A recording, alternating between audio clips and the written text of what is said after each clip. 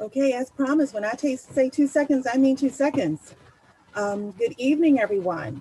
Thank you so much for taking time to attend this evening. Conversations Living Between Two Worlds, a discussion on code switching and our one book, one PIT, The Hate You Give by Angie Thomas.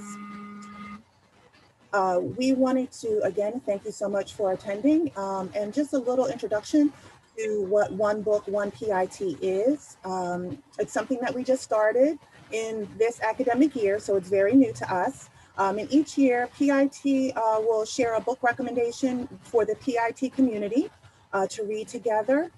Throughout the year that the book is announced, we'll hold informal book discussions, and we will host events related to a topic that can be found as covered in the book that we've chosen. It's our hope that it's a fun way for us to interact and stay engaged with our community. It's not necessary that you have read The Hate You Give to participate in this evening event. I'm glad to see that you are all here. If you didn't read The Hate You Give, don't worry about it. We are certainly not going to quiz you at the end. It is okay. But just to give a brief little overview of the story in The Hate You Give, our protagonist is a 16-year-old. Her name is Star Carter. And she moves between two worlds, the working class neighborhood where she lives and a very fancy suburban school where she attends. And it's this uneasy balance between these worlds that is shattered when Star witnesses the fatal shooting of a childhood friend of hers, Khalil, at the hands of a police officer. And in the story, Khalil was unarmed. And so this book covers a lot of different themes: police brutality, interracial relationships, code switching. And so tonight we're really going to kind of drill down on code switching. And hopefully by the time this conversation is over, we'll all better understand code switching and how it impacts historically marginalized communities. So that is our goal for this evening. I want to thank the panelists and our hosts with the most, and the PIT community for their participation in this conversation. Our moderator tonight is Letitia Sims Beasley, and she has deep professional roots in nonprofit and educational sectors, where she has advocated for social justice and sustainable change in pursuit of equity and opportunity for all.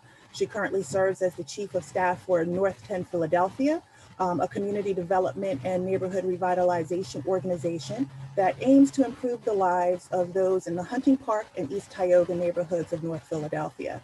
It is here that she oversees the strategic direction of the organization. She has also served as the Senior Director of Operations and Special Projects for the Lenfest Center, which is proudly operated by North 10. And so now I'm going to turn it over to Letitia and ask her if she would be so kind as to go ahead and introduce our panelists for the evening, and maybe kind of guide us in the conversation to understand the definition of code switching. And if you're so inclined, Letitia, maybe why this topic is very important to you.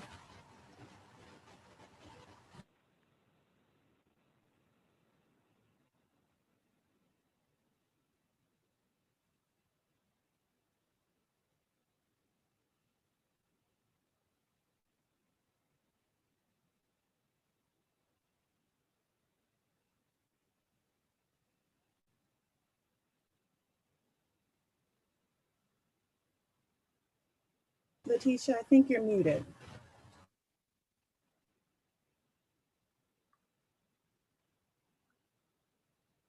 Hello, can you hear me now?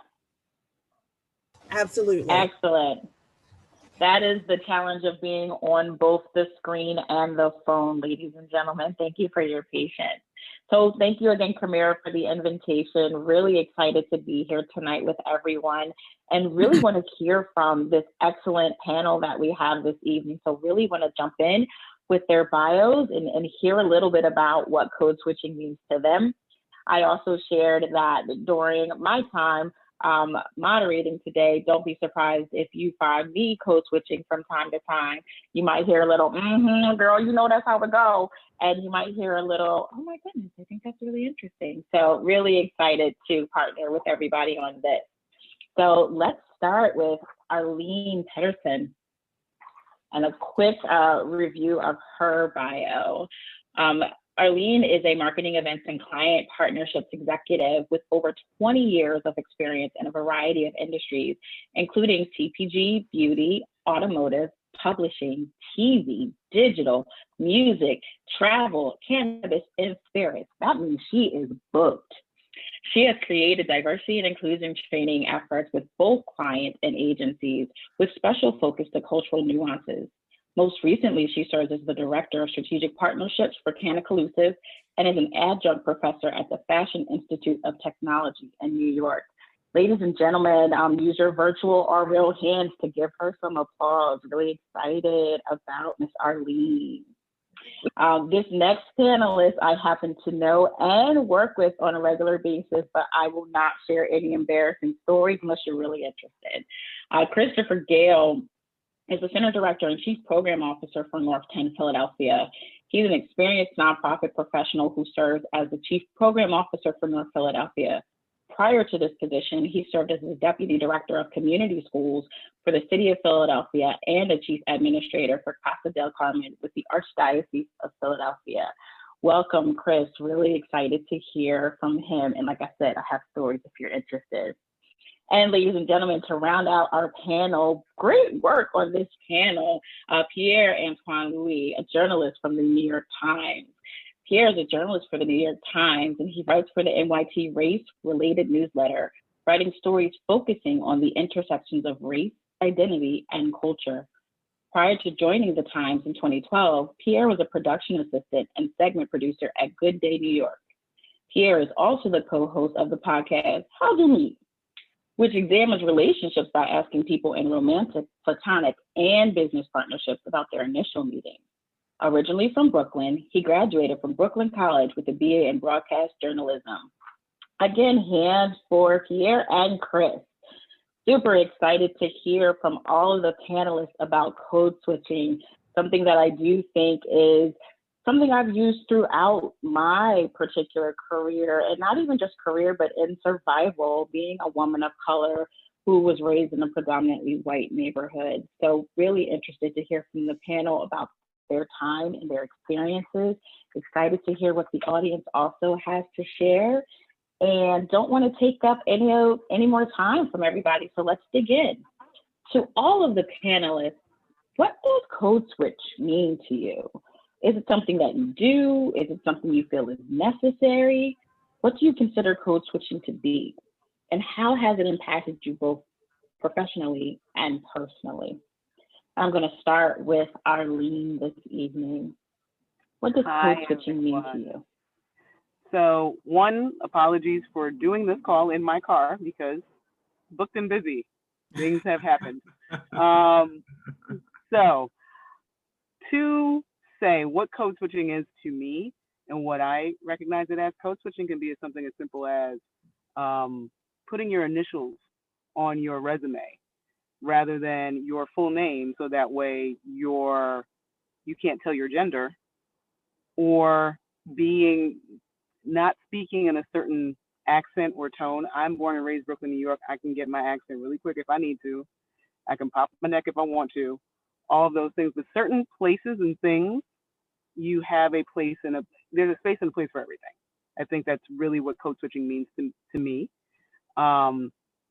And it's also about not losing my authenticness when I represent where I'm from, who I am, what I do. That's also part of where we toe the line when it comes to being authentic to being restricted because of where I'm from or what neighborhood I grew up in or anything like that. I have degrees. I went to Drexel. I went to Cornell. I have all of these things that are nice and lovely on the resume, but the tone that I have to take sometimes in order for people to recognize that I'm educated, I'm here, and I belong here, unfortunately, is one that we all have to do in order to essentially survive in current society.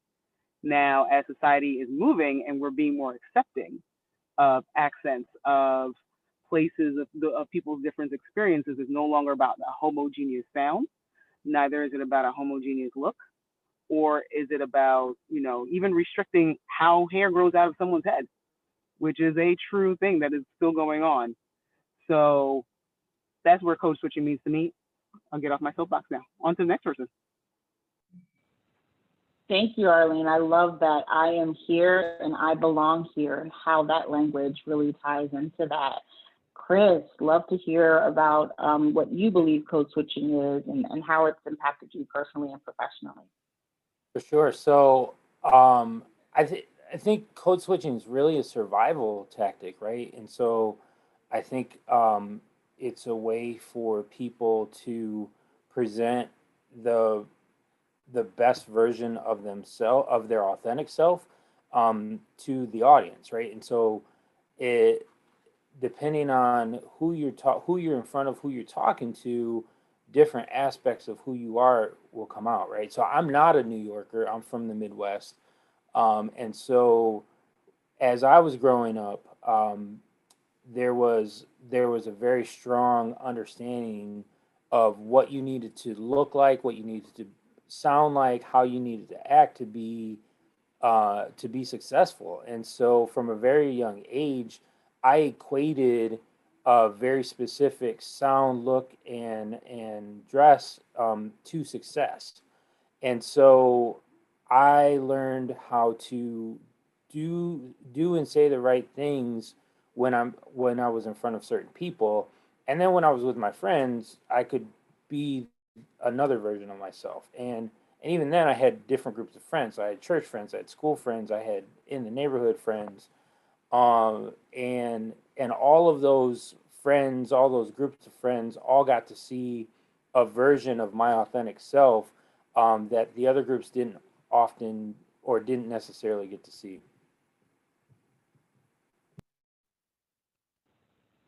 Thank you. That's really powerful. The right things to say in front of certain people, how that connects to code switching as well. Pierre, really love to hear your thoughts on the definition of code switching. Hi, Letitia. Thank you so much for having me. First and foremost, this is great. For me, I guess code switching, I guess it's about adjusting, I guess your style of speech and appearance, behavior, or expression in front of a certain group. Like Arlene, I was born and raised in Brooklyn, New York. My parents, are from Haiti. So growing up in Brooklyn and watching my parents code switch, I never even realized I was doing it when I was doing it. It wasn't until I got older where I realized, oh wow, there's actually a word, there's a word for this. It just felt like something I was supposed to do, right? Like when I was around my family, like my Haitian accent would come out more and I would speak Creole. When I was with my friends, it was a different, dialogue. And then when I got to work, it was different. So it felt normal. It didn't even feel like something I was kind of trying to do. It just felt like something I just did. And it wasn't until I got older and I started working, in television and then in print where I realized, oh yeah, this is something I started realizing that I was doing it more, but like just piggybacking on what everyone said, sometimes it's for survival as well too. I'm also a gay man, and then I realized I would even code switch with my gay friends as opposed to when I'm talking to my heterosexual friends. So yeah, that's my definition.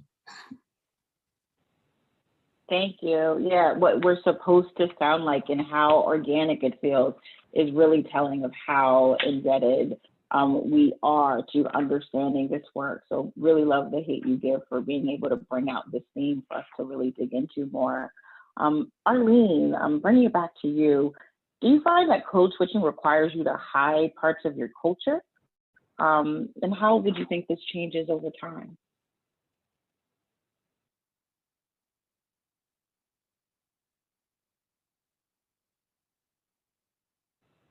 Oh, you're on mute. Sorry. There we go. So short answer is yes. Similar to Pierre, I come from a Caribbean background. My family is Panamanian. I, first of all, I'm usually walking around with a flag because people are like, wait, you speak Spanish. What's going on here? Why do you speak Spanish? What's happening? And that's been my life. And I hadn't even realized that was something that was like not normal. When you grow up in, Brooklyn, Flatbush, very Caribbean section, nobody asks, everybody assumes that you're from someplace else, actually. So when I moved to Philly to go to school, I was looked at like, what do you mean? Where am I from? My family is, from the South. That's as far as like people knew, or from the Midwest. So that was a code switch. And then recognizing that there are certain things, certain context clues that you get just from people's accents, from people's, the way that the certain lilts happen. Like there's definitely a Philadelphia accent, and I did not, in Philadelphia words, did not realize that until I moved to Philadelphia. When I lived in Chicago, there's a certain tone, there's certain ways that people speak. So I actually had to speak even more without an accent to make sure that I was being understood. Because a lot of times, we saw our family being discriminated against because of their accents, or people saying, oh, I don't understand you, when, my mother's been living here for 40 plus years and has a slight accent, not heavy, slight. And people will say that they don't understand her. So then, of course, I'm over here over enunciating, making sure that you hear me. But if I need to, I can do this. I can have that accent if I need to. It's all good. But it also is about where does it fit, right? Because it doesn't necessarily fit in corporate per se.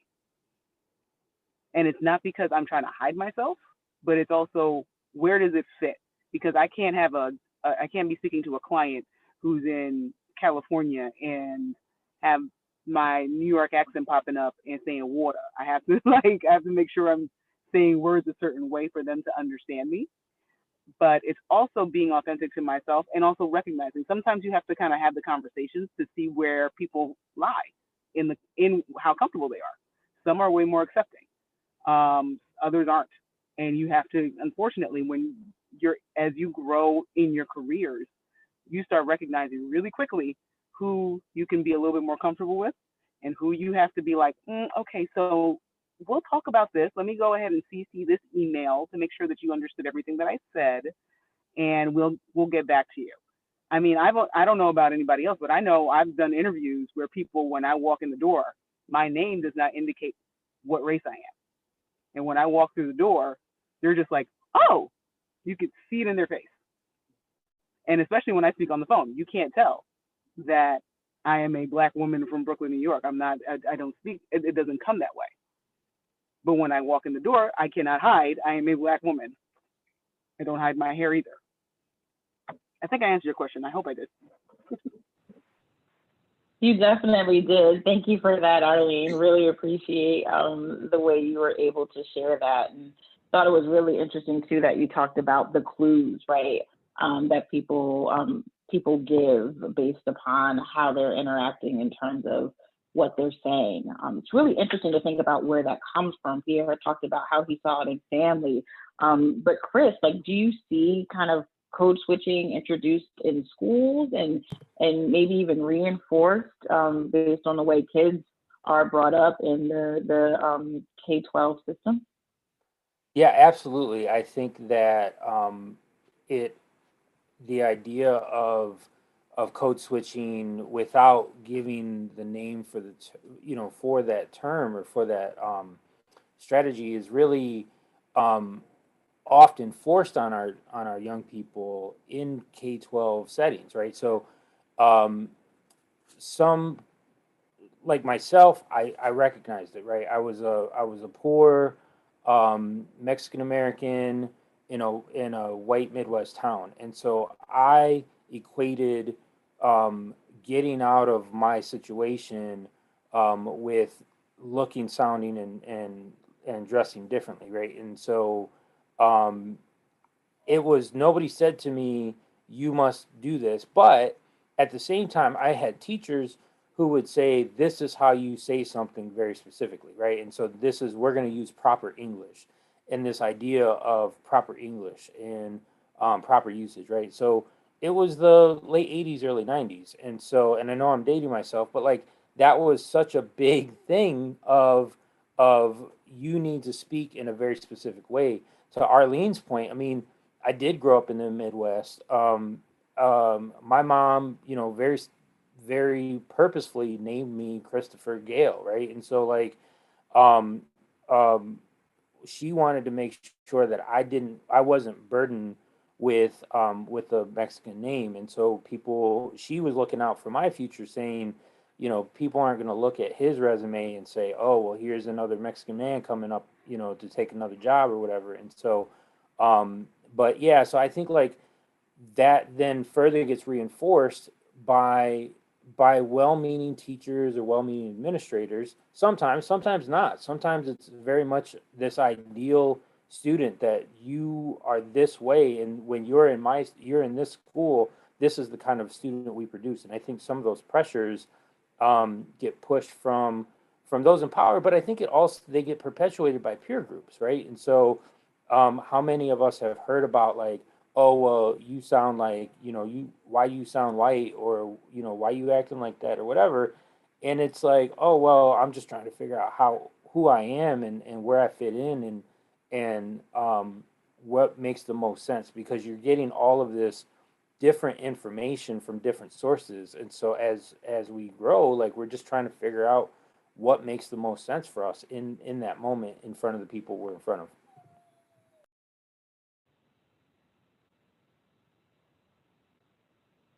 That's really interesting and powerful to think about peer groups, right? And how they reinforce messages and how that impacts code switching. Given that, like when we look as we continue to grow as people from families and from schools, Pierre, how do you think code switching impacts kind of the workplace and how you connect with coworkers? Like I mentioned before, I didn't even realize I was code switching that much until I started working in like, you know, in corporate and in television. And then it wasn't until like me and other, you know, Black coworkers would get together, and then we would just kind of just like give a sigh of relief, and we can just be ourselves. And we're like, wait, why are we doing this? You know, then I realized, oh wow, like I am actually not, it's not that I'm not being myself, but I'm being very, you know, cautious and aware of how I'm talking to certain groups at work as opposed to other groups at work, you know, and it just, and I feel it a lot more now than I did before. And I'm not sure why that is, but I'm very, very much aware of it now at work than I was before, you know. And then I know for some coworkers, it's extremely difficult for them. And then sometimes I think with code switching, a lot of people may feel like who they are, I guess, is not good enough. You know what I mean? Like, why do I have to speak and act a certain way around this group and not around that group? You know, so it can start mentally like messing with you, and you're wondering to yourself, well, does this mean that how I grew up, me being, you know, a Black kid from Flatbush, Brooklyn, and me talking the way I do when I'm like in Flatbush bad? It's not. So it's this weird line there, like, is this okay? It's not okay. I hope I'm answering your question. I feel like I'm going into a tangent. No, but that's what happens, right? But I think the workplace can be very, very difficult. And I think for me, I'm lucky to have, you know, other coworkers that understand and relate. So then we can just kind of get together and be like, all right, how you feeling today? And I can just literally just be myself 100% before I go back into the workplace. Can I just add to that? That's great. To add to that, and this actually lines really well with the book, with how Star, you know, when she was with her family, she spoke one way. When she was at school, she spoke another way. When she was with her boyfriend, she even spoke a different way. She's never, and you know, she's a teenager. So this is that whole, like, I'm trying to find myself. I'm trying to go ahead and figure out what makes sense for me. But then when those worlds basically collide, and she no longer can put a delineation to, I'm going to speak this way with you, I'm going to speak that way with them, and everything became, I have to be who I am, and her like emerging into this person of like, I'm going to speak my mind. What do you mean you don't understand? Like, this is me, neck pop, head tilt. What's wrong? That, like, but that's also something that, fortunately and unfortunately, everybody has to go through, of figuring out who am I authentically. You know, unfortunately, she had a tragic event happen that made her have to choose that line, and she was kind of forced to choose that line. But then she stood in who she was and who she wanted to be. No, that's great. And in building on that, like how people see themselves, right, Arlene? Like, does that shape our identity, or is it just a tactic? You know, I'd love for you to kind of answer that question. Like, does it shape our identity if we're using code switching, or is it just a survival tactic that we're using in order to get by? I think it's a survival tactic at core, because we are working with a majority group that has a certain set of rules and regulations that you must conform to in order to go ahead and either be employed, to be educated, to be compensated for your work, you know, and you cannot veer too far off of the norm in order to maintain that, right? So there's a certain level that you're expected to do. Now, can you walk into the office and be Cardi B and be like, hey, how you doing? No, because she's also an entertainer. And on top of that, she works for herself, so she can do whatever the hell she wants. Does that mean that you can wear long nails if that's your thing? Does that mean you come to the office every month with a new hairdo if that's your thing?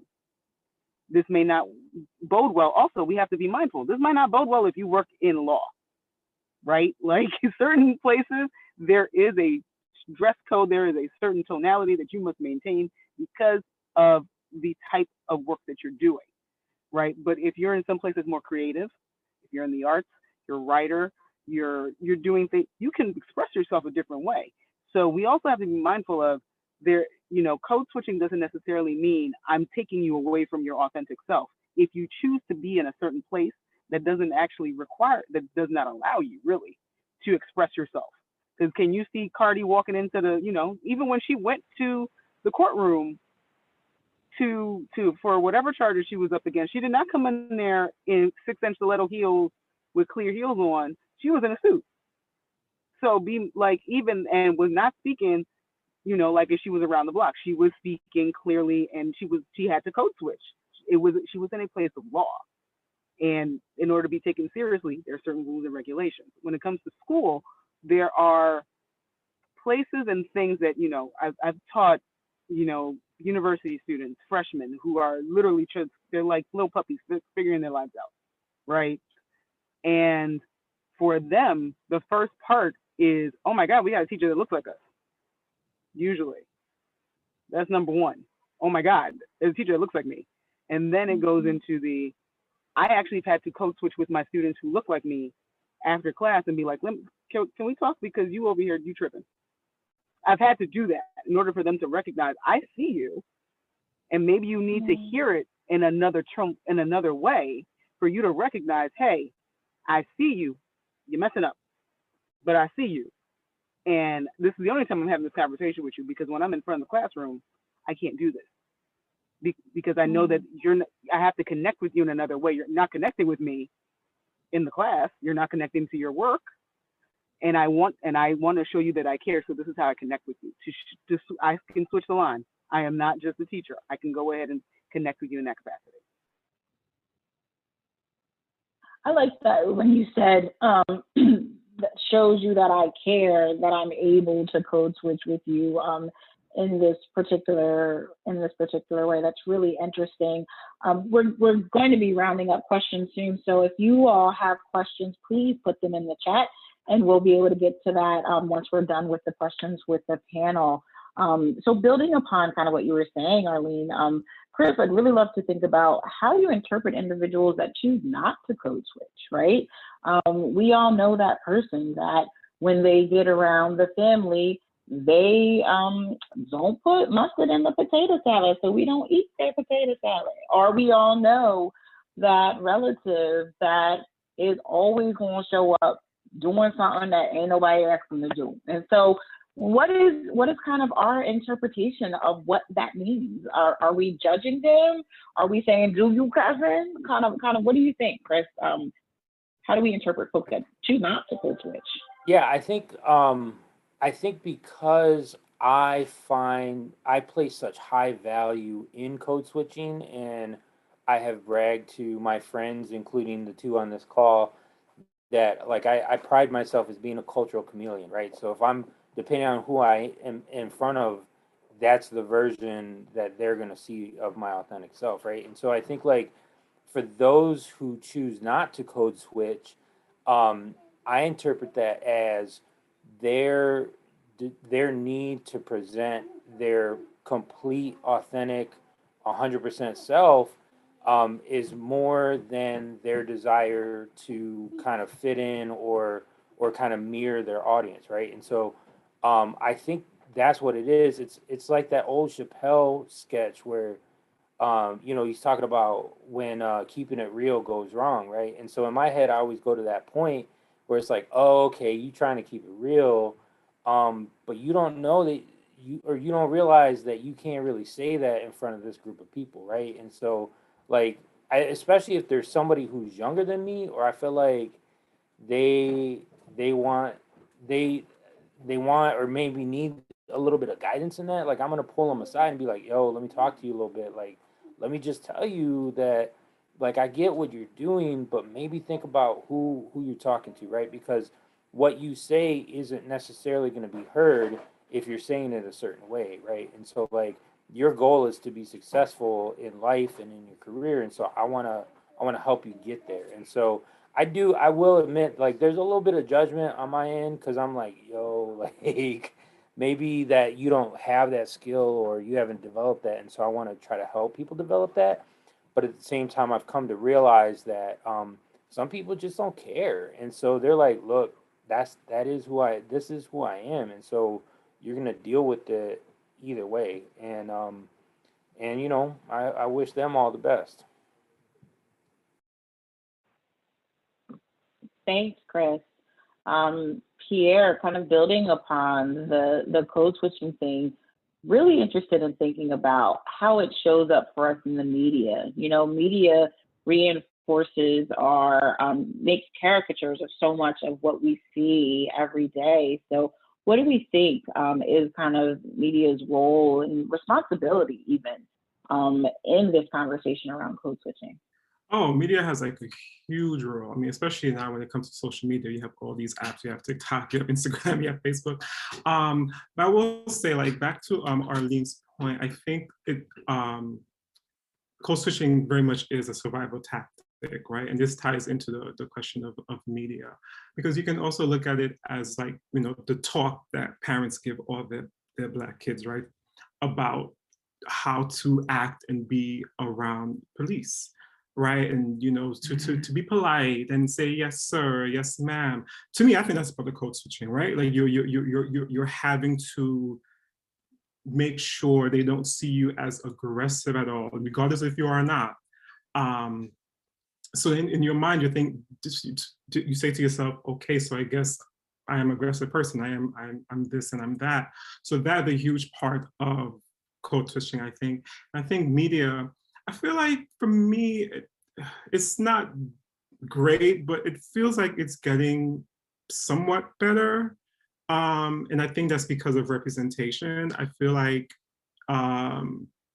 people are able to see themselves more, or see people who look like them and act like them more in social media than they were before. And I think for younger adults and teenagers, that is a bit helpful. I know, for example, working at the Times, one of my really closest friends was a Black journalist. She has big red hair, long nails, hoops. She walks around like, hey, I'm here. And it's amazing to see, right? But she had to work very hard, and she's in a position where she can do and say whatever she wants. But younger Black journalists come in and see her, and they're like, oh my God, I can be my authentic self. I can be who I am because she can be. So I think it's a lot of it has to do with representation as well. One more ad, because I also work in media, marketing, all that fun stuff. Another thing that students don't even recognize is that you can totally be in your authentic self. There are places for you to do that. Advertising agencies are ripe for you walk in exactly who you are. They do not they don't actually, the weirder you are, and I won't say weird, but the more unique you are, the better, right? You can come in with whatever accent. It really is about figure out what your lane is, because you may not want to be corporate. That's perfectly fine. We are now in a space where this is the way that we communicate now. This is how we have meetings. Hi on Zoom. This is it. You know, half the time people are in fancy tops and in the underwear. Fine, knock yourself out. I have literally, I will never forget this. My first ad agency I worked at, one of the creatives could not function if he didn't smoke every day. That's one. Another one was literally, if anybody's seen Boomerang and the creative director who was in Boomerang, Jeffrey Holder's character, he was him. He was that weird and just did crazy stuff. And every time I see that movie, I'm like, oh my God, that's him. That's Paul. Oh my God.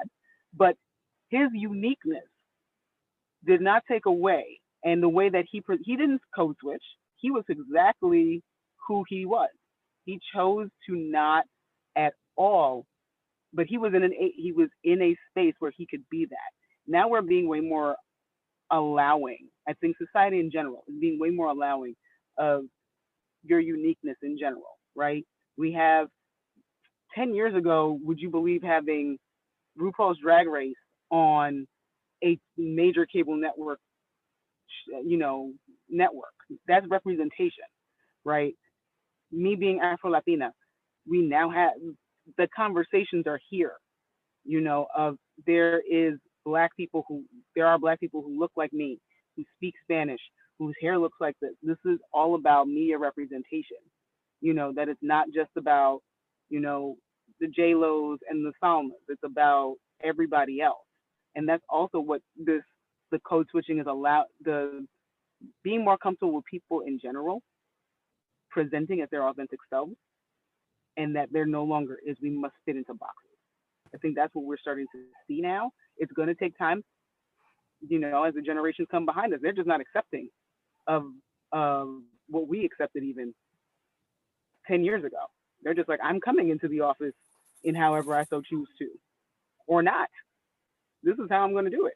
And that's a great place to see and a great place to be witness to. Yeah, no, that's such a great point Arlene is making. That's so true. Like, I feel like 10 years ago, there's a lot of things I feel like we were, I guess, not like afraid to do, but we're seeing a lot of it more now. People are being themselves a lot more now because of representation, like you say, RuPaul Drag Race and these different shows. And I'm gonna mention even like TikTok, like just seeing like these kids just be themselves. And then there's so many different ways. I had this huge conversation last week about names and people being very, specific about the names that they name their children because of jobs. And I was thinking to myself how we're living in a time now, of course it's not great, but we are living in a time now where you don't have to have a corporate job if you don't want a corporate job. There's so many different lanes now that you can do. You can work for yourself. You can work online. You can work on graphics. You can work on, there's so many different like lanes now in terms of work. It's not just the corporate world anymore. Which is amazing for these kids. And then like to piggyback into what Arlene said, a lot of these kids are like, listen, this is how I am. This is who I am. I got my tattoo on my neck. I got my earrings. What's up? Yeah. And it's great, and I love it. Yeah.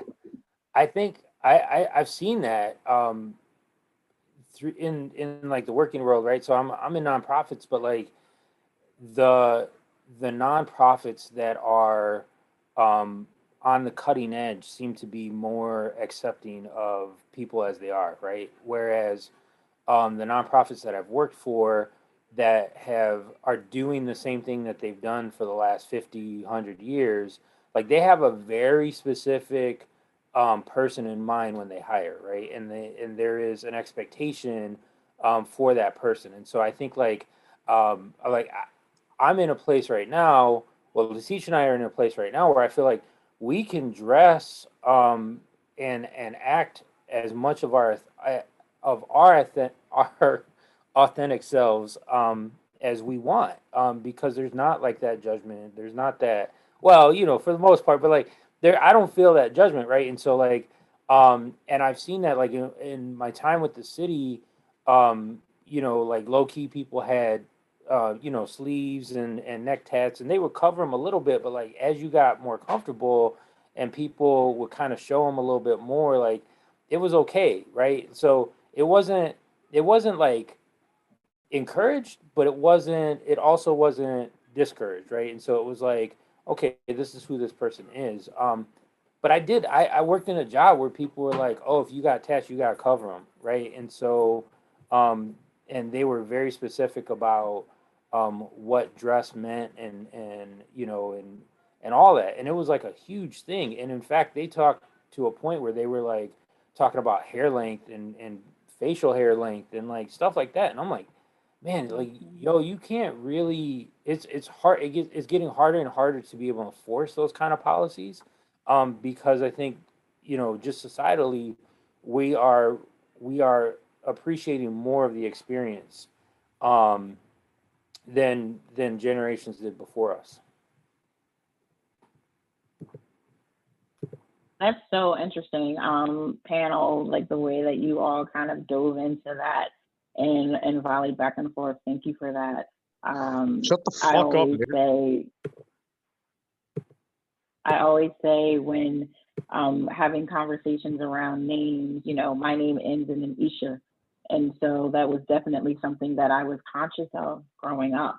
My mom's name was Victoria, and she wanted her kids to have names that were vibrant and exciting. And that was great for her, but it was definitely something that impacted me in what I say and how I present. And I think Chris is right. We work for an organization that is progressive and is empathetic in this work, but sometimes we don't work with people who are. And so I definitely know as an African American woman that when I have certain phone calls with certain folks, I tend to sound a little bit more like this and a little bit less like this. And I know that certain days when we were kind of all going to meetings in person, I knew that on certain days there was no wash and go to go to work. I had to get out that comb Here attachment, you blow dry gaming. that hair right quick, and then work from there. So I definitely think that's something for all of us to be conscious of. So I wanted to just go through the last question for everybody on the panel, if we could. So just really quick, with regards to the last question, I want each panelist to really think about, given recent events in history, do you find yourself adopting or abandoning the desire to code switch? And each of you take that question in turn. So Arlene, then Chris, then Pierre. I will say that I am not as conscientious about code switching as I used to be. I think that's the easiest way to say it. Code switching, unfortunately, for what I do, sometimes it's just necessary for clients and what I have to do. I'm presenting, I'm talking to all these different types of people, so sometimes it has to happen. But I'm also going to be here with my door knockers, and we're going to have this conversation, and you're going to appreciate all of what I bring, because the other part about this is the variety that my experience and my life experience allows is actually enhancing what I bring to any client that I have, and it really does show in the partnerships that I've been able to work with. So I was having conversations with clients. They were like, "Oh, did you go protest last weekend?" Sure did. Were did you write your name on your arm? Make sure you were safe. And totally did. Got tested the next day, making sure I was good. Like, to be able to be around, and then family and friends and everything like that. Like, I'm not going to take away that. Like, Pierre and his team did a whole. Part of my code switching aspect is the Caribbean side. We were in a slight depressive mode last week because we were supposed to be someplace where it was sunny and warm, and thanks to the pandemic, we can't wear our feathers and do stuff like that. That's a code switch. Literally, it's a completely different conversation. that I can have with Pierre about that authentic side of myself.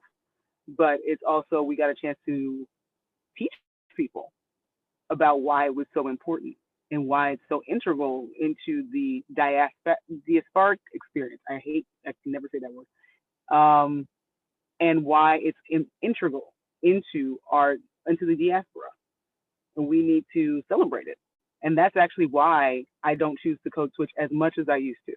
I still do, because it's part of, some business I do have to. But for the most part, you're catching who you seeing. Hi, sorry. I think for me, I definitely don't see myself code switching as much as I used to. I think because I'm more aware and I'm aware of when I'm doing it now than I used to be. And I'm just like, no, I'm not. I'm just gonna be who I am at this point now. I'm not going to have to present myself a certain way anymore to appease or please someone else. I think I'm over that. And I'm not sure if that came with age or it came from just, advancing my career. I'm not sure where it came from. I'm like, no, this is who I am. So I think I am who I am in front of my white coworkers, my Black coworkers, my parents, or whoever the case may be. I think, of course, because it's engraved in me, I've been code switching since I knew there was a word for it. There are going to be instances and moments where it just happens, right? Because it's just it's how we grew up, right? It's like I said, like I watch my parents and my family, code switch all the time. So there are going to be moments where I'm not even aware that I'm doing it. But if I'm able to check myself and just be like, no, I don't need to do that. If I want to talk and be this way, I just can, But I think it's all about personality and how you feel comfortable. Because also, I don't think code switching means that is not a part of who you are also, right? That might just be an aspect of a side of who you are. So it just depends on how you feel comfortable. I do. I have a question that came into the chat. Let me just make sure I get that correct. It says,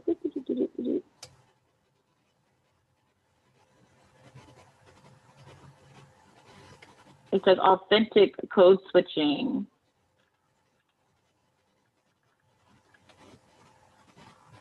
Sorry, my hand was sweaty, so it was making it hard for me to swipe. Ladies and gentlemen, I appreciate your patience. So with authentic code switching, is that something that you all believe reinforces inequity? Do you find that it's inherently racist or sexist? Any of our panelists can jump in there. Authentic code switching is really about authenticity in general.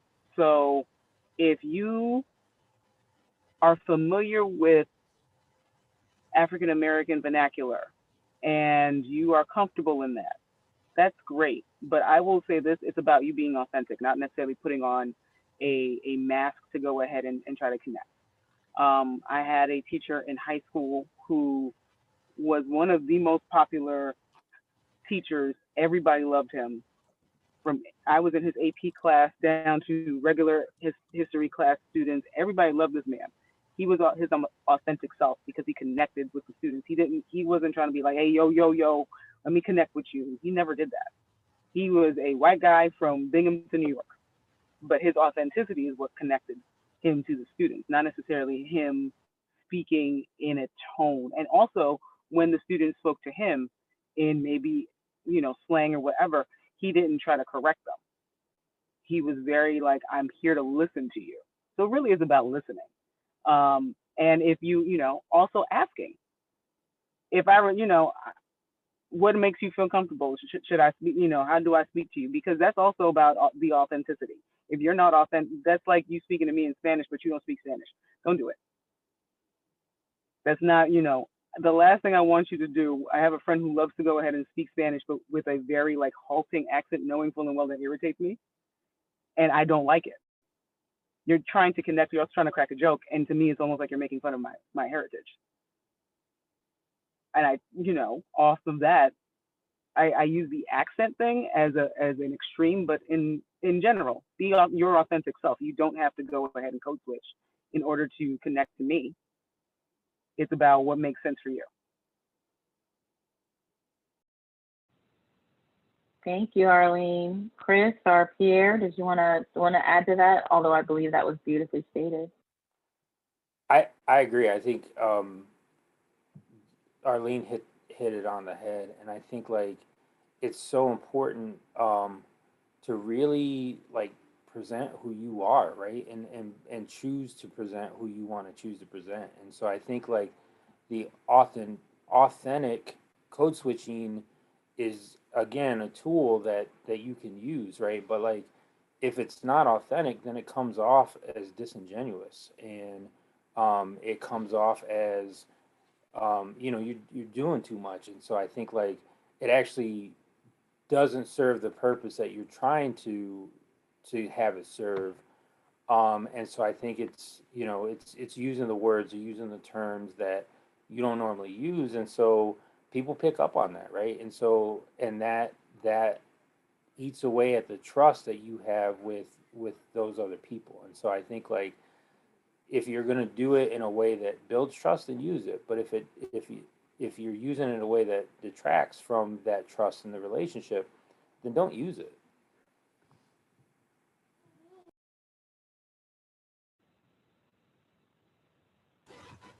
Thank you.